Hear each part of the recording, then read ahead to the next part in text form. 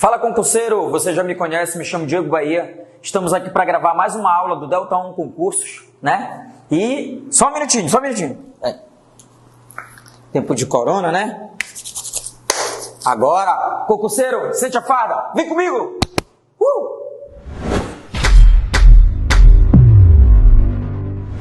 Fala, concurseiro, bom dia, boa tarde, boa noite, boa madrugada, mais uma vez aqui com vocês, professor Diego Bahia, professor de História aqui do Delta 1. E nós estamos aqui hoje para trabalhar o assunto conhecido como Constituições. E é um assunto que está relacionado à Polícia Militar, porém o assunto específico do último edital são as Constituições republicanas, tá ok? Porém, nós vamos iniciar aí com a primeira Constituição do Brasil, que é de 1824, está aí na sua tela. E aí o que nós vamos perceber? O contexto, né? Acompanhe aí comigo a leitura. Após a independência do Brasil, ocorreu uma intensa disputa entre as principais forças políticas pelo poder.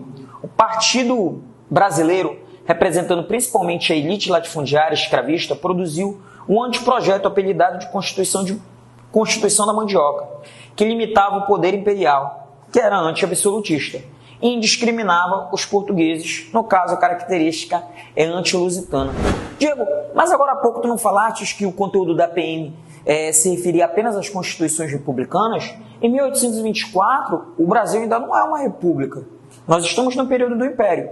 Porém, o que nós vamos perceber? Que essa primeira Constituição, apesar de ela não estar específica no edital, pelo fato de eles cobrar as constituições republicanas, nós precisamos ter as bases dela para estudarmos a primeira Constituição republicana. É por isso que nós vamos colocar algumas características. Lógico que a gente não vai aprofundar, porque não é o objetivo nesse primeiro slide. É apenas para te dar a base para a gente trabalhar a primeira Constituição republicana. Então, olha só. Entre as principais características, nós vamos perceber que o Dom Pedro I, apoiado pelo Partido Português, uma vez que ele tinha origem portuguesa, né?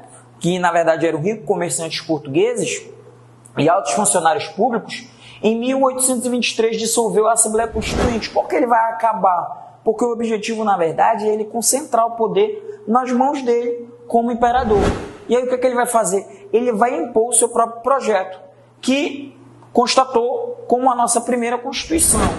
E aí o que nós vamos perceber? Que como é um anteprojeto anti-absolutista e anti-lusitano, o nome do país vai receber o nome de Império do Brasil, certo? A carta aí, gente, vai ser uma carta outorgada. O que vem a ser uma carta outorgada? Uma carta imposta, apesar de ter sido aprovado por algumas câmaras municipais da confiança de Dom Pedro. Então, a primeira diferença que você, aluno do concurso da PM, tem que saber é a diferença entre uma carta promulgada e uma carta outorgada. A carta outorgada é aquela que é imposta, é aquela que, na verdade, a população ela não vai participar, é uma Constituição onde nós precisamos apenas o desejo e a vontade do imperador, no caso, tá ok? Ou no caso do ditador, que mais à frente a gente vai ver a Constituição de 37 também, tá ok? Mas como não é o nosso objetivo, mais uma vez falando a respeito disso, sobre essas características dessa primeira Constituição aqui, o que nós precisamos saber de modo geral? É que nesse momento aqui eu tenho 4 poderes: o poder executivo, o legislativo, o judiciário e o moderador, sendo que esse moderador, gente, é um poder exercido exclusivamente pelo imperador, ou seja, ele estava acima desses 3 poderes. A teoria dos 3 poderes, ela surgiu ali na França durante o século XVIII, através do pensamento de um cara chamado Barão de Montesquieu, onde ele escreveu um livro chamado O Espírito das Leis. Nesse livro, ele afirmava que o poder legislativo, executivo e judiciário, não é isso, Alexandre, que está acompanhando a nossa gravação aqui nos bastidores? Ele dizia que esses 3 poderes aí, eles eram iguais, né? E o poder moderador, na verdade, ele está acima desses 3 poderes. O que nós vamos perceber? Que na primeira Constituição Republicana do Brasil, esse poder moderador ele vai ser extinto, ele vai ser retirado. É por isso que nós estamos falando a respeito dele. Como é que eu vou dizer que tiraram o poder moderador se você não sabe o que ele significa? Você está me entendendo? Por isso que a gente está comentando a respeito dessa Constituição, que foi aprovada ainda no período do Império. O que você vai perceber também? Que na tua prova, nós podemos usar termos relacionados, termos comparativos. Então, se nós formos comparar o poder moderador daquele período, ele pode ser comparado, por exemplo, ao ato institucional número 5, que foi criado ali no governo do Costa e Silva. O ato institucional número 5, ele é campeão para cair em provas de concursos militares, né? Só que nas provas da Polícia Militar do Pará, ele já caiu em 2 oportunidades. Então, o que você vai perceber? Que o ato institucional número 5, ele também está acima da Constituição. Tanto é que ele é conhecido e apelidado como o golpe dentro do golpe, tá ok? Então, ele pode ser comparado ao poder moderador desse período aí, tá bom? Outra característica aí que nós vamos perceber é que o mandato dos senadores nesse período era vitalício, e que o voto era censitário, ou seja, o voto ele era de acordo com a renda. O que é, na verdade, esse voto censitário? Eles afirmavam que os ricos votavam e tinham esse direito, mas por que eles vão excluir o pobre? Porque o pobre, na verdade, ele poderia vender esse bem precioso que era o voto. Então essa era a alegação para o voto ser de acordo com a renda, tá ok? Aí, Diego, mas tu não falaste que era a Constituição da mandioca? O que eles faziam? Se a característica dessa primeira Constituição é uma Constituição antilusitana, os portugueses eram ricos, comerciantes, o que nós vamos perceber? Que esses portugueses, né, eles tinham dinheiro. Mas quem era que plantava mandioca? Quem plantava mandioca eram as pessoas da terra, eram os comerciantes da terra. Então eu vou criar um mecanismo onde quem pode votar, quem pode, na verdade, exercer esse direito, são pessoas que têm um determinado bem dentro da terra brasileira. No caso, esse bem estava relacionado à mandioca. Por isso era apelidado de Constituição da mandioca. Outra questão aqui, gente, é que o Estado ele era ligado intimamente à igreja. A religião, assim como hoje, assim como na atualidade, naquele momento também exercia uma grande influência na política, certo? E aí o que nós vamos perceber? Que o modelo aqui era um modelo monarquista, era um modelo onde o rei, onde a família real, ela tinha um grande poder, certo? Que era um modelo ligado à Europa, tá ok? Então, vamos avançar aí, certo? E vamos falar da Constituição de 1891. Acompanha aí na sua tela, por favor. A Constituição de 81, né? Ela foi, logo após a proclamação da República, predominavam os interesses ligados à oligarquia. Quando você fala a respeito de oligarquia, o que vem ser uma oligarquia, gente? Uma oligarquia é o poder concentrado nas mãos de poucas pessoas. Então, dentro de cada estado, dentro de cada município, nós temos as famílias dominantes. Quem são essas famílias dominantes? São famílias que estão envolvidas na questão política, são famílias que estão envolvidas na questão empresarial. Todos nós conhecemos essas famílias dentro do nosso estado, dentro dos nossos municípios, tá ok? São pessoas que estão ligadas à rede de comunicação, são pessoas que estão ligadas a supermercados, são pessoas que estão ligadas ao meio empresarial. Então, essas pessoas representam as oligarquias locais, tá ok? E aí, o que nós vamos perceber? Que aqui, né, quando nós temos essa questão das oligarquias, quem exercia esse poder local eram justamente os latifundiários, os grandes proprietários de terra. Então, com destaque também, nós vamos ter os cafeicultores, não é verdade?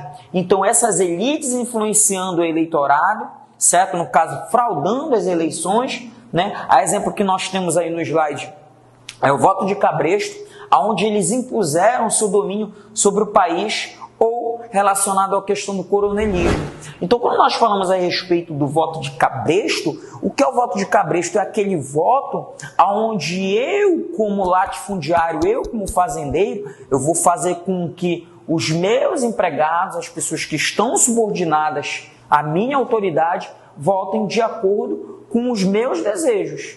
Eu mesmo, como latifundiário, posso me lançar à carreira política. Quando não, eu posso indicar uma pessoa para esses meus empregados votarem. E o que poderia acontecer com a pessoa que não votasse na pessoa na qual eu indiquei? Essas pessoas poderiam perder, né, o emprego ou até mesmo, às vezes, sofrer algum tipo de violência, eram ameaçadas. Então, o voto de Cabresto, gente, ele é um voto que vai ter muita influência nesse período, vai conseguir conquistar muitos cargos políticos por conta dessa imposição. Tá, beleza? E aí, o que nós vamos perceber aí? Que entre as características dessa nova Constituição, nós vamos ter o nome do país, né? Então, o nome do Brasil aí vai ser conhecido como Estados Unidos do Brasil. Olha a ligação. Por quê? Porque a nossa primeira Constituição Republicana, ela vai ter como modelo, ela vai ter como um espelho aí os Estados Unidos. Então, uma das primeiras características é o nome do nosso país, Estados Unidos do Brasil. Essa aqui, gente, é a primeira Constituição Republicana, 1891. Recomendo ao candidato que for estudar essa Constituição que possa buscar essas características, anotar tudo o que a gente está pedindo para você, ler o seu material didático e tentar memorizar da melhor forma possível, tá ok? Bora avançar. E aí o que a gente vai perceber? A característica com relação à natureza dessa Constituição. Então ela vai ser uma carta promulgada. No início da nossa aula nós explicamos a diferença entre carta outorgada e carta promulgada. Então essa daqui é promulgada, gente, ela vai ser feita legalmente, certo? E o Estado aí vai ser federativo. O que é o Estado federativo? É quando os estados, eles possuem, na verdade, uma maior autonomia política, um maior poder de decisão. A gente sabe que no Brasil não tem muito isso daí, não. A gente é mais federativo no nome, mas em relação à autonomia, infelizmente, a gente não tem. A república aí é uma república presidencialista, tá ok? República presidencialista, onde eu tenho como principal autoridade do executivo o presidente, tá ok? E aí nós vamos ter aí, no caso, os três poderes que nós mencionamos aí, o Barão de Montesquieu, lá da Revolução Francesa. E aí nós vamos ter a extinção do poder moderador, que era exatamente aquele poder que era exercido exclusivamente pelo imperador, ok? Então, a primeira característica dessa Constituição de 1891 é que a carta é promulgada, ou seja, ela é feita legalmente. Segunda característica, o Estado aí é federativo, maior autonomia, certo? A República é presidencialista e nós vamos ter a extinção do poder moderador e a existência dos três poderes, legislativo, executivo e judiciário, tá ok? O voto aqui, diferente da Constituição anterior do Império, o voto aqui é o voto universal. Você lembra que na Constituição anterior ele era um voto de acordo com a renda, um voto censitário. Sendo que esse voto universal, ele leva a crer, né, erroneamente que todas as pessoas poderiam votar. Na verdade não, muitas pessoas ficaram de fora. A exemplo dos analfabetos, né, a exemplo de pessoas que não tinham, né, grande movimentação em relação ao setor urbano. Por quê? Porque essa Constituição aqui, gente, ela vai beneficiar as pessoas que moram na cidade. As pessoas que moram no campo, infelizmente, não vão poder exercer o poder de voto, além também, lógico, das mulheres, tá beleza? E aí o que nós vamos perceber? Que aqui o Estado também ele é laico, né? O que é o Estado laico? É aquele Estado onde eu tenho a liberdade de culto, a liberdade religiosa. Na Constituição do Império, o Brasil ele tinha uma religião oficial, que era o catolicismo. Aqui não. Aqui nós vamos ter o Estado laico. Nós vamos ter aquilo que a história chama de padroado real, a quebra desse acordo entre igreja e Estado, tá ok? E aí o que nós vamos perceber? Né? Que o modelo externo é a Constituição norte-americana. E aí, o que nós vamos ter como principal característica política nesse momento para as localidades, para as cidades, para os municípios? Nós vamos ter aí que as províncias viraram estados, o que pressupõe uma maior autonomia. Então, a característica aí é que as províncias agora viraram estados, tá beleza? E aí, continuando aí, pulando para outra Constituição, nós vamos ter a Constituição de 1934. E aí o que a gente vai perceber? Os primeiros anos da era Vargas, né, vai ser caracterizado por um governo provisório. A era Vargas, gente, ela vai se dividir de 30 a 45. Não te esquece que nos últimos conteúdos programáticos da polícia, eles estão cobrando apenas a era Vargas. Então vai de 30 a 45. Ele não vai cobrar o segundo período varguista, que é na década de 50. Não estuda nesse primeiro momento porque não cai. Só vai cair isso daí caso haja alguma modificação no teu conteúdo programático. Então memoriza em um primeiro momento a era Vargas em 3 momentos. O primeiro período, né, conhecido como período provisório, vai de 30 a 34. O segundo período, período constitucional, de 34 a 37. E o terceiro período, também conhecido como a ditadura varguista, o Estado Novo vai de 34 a 37. Então a Era Vargas vai ser dividida em 3 períodos, que é a parte que está relacionada ao teu conteúdo programático, tá beleza? E aí o que nós vamos perceber? Que aí, nos primeiros anos da Era Vargas, caracteriza-se por um governo provisório, sem Constituição. Só em 33, após a derrota da Revolução Constitucionalista de 32 em São Paulo, é que foi eleita a Assembleia Constituinte, que dirigiu uma nova Constituição. O movimento constitucionalista de 32, ele teve a seguinte visão. São Paulo se sentiu excluída do poder durante o início da Era Vargas. Como isso aconteceu? Nós tínhamos aquilo que nós conhecíamos como República Velha, né? Onde o poder se alternava entre São Paulo e Minas Gerais. Então, esse período era conhecido como a República do Café com Leite. O que vai acontecer? Os outros estados se sentiam excluídos do poder. Diziam, olha, o Brasil ele não é só São Paulo e Rio de Janeiro, certo? Como existia essa autonomia, existia também muito descontentamento por parte dos outros estados. E aí o que vai acontecer? Vai ter um cara chamado Washington Luiz, né, que deveria indicar um presidente mineiro, uma vez que ele representava o estado de São Paulo.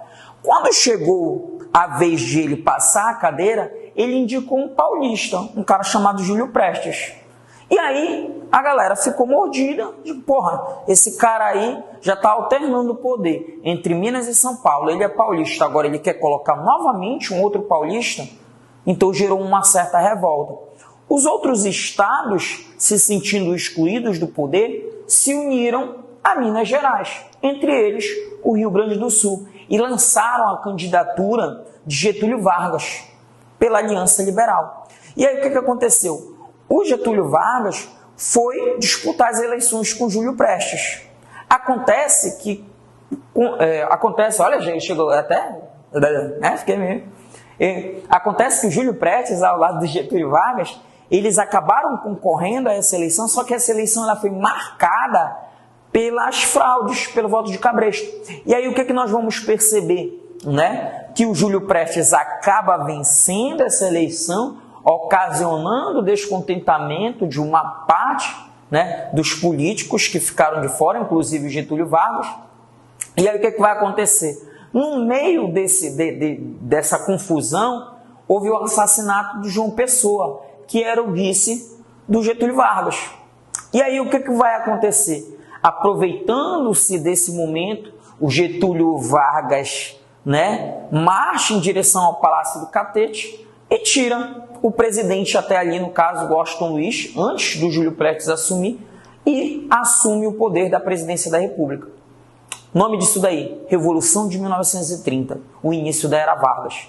Só que quando isso começou, gente, nós não tínhamos uma Constituição. Então o Estado de São Paulo, né, começou a organizar uma campanha conhecida como a Campanha do Ouro, né? E aí começou a juntar dinheiro para comprar armas para bater de frente com o governo federal, o governo de Getúlio Vargas.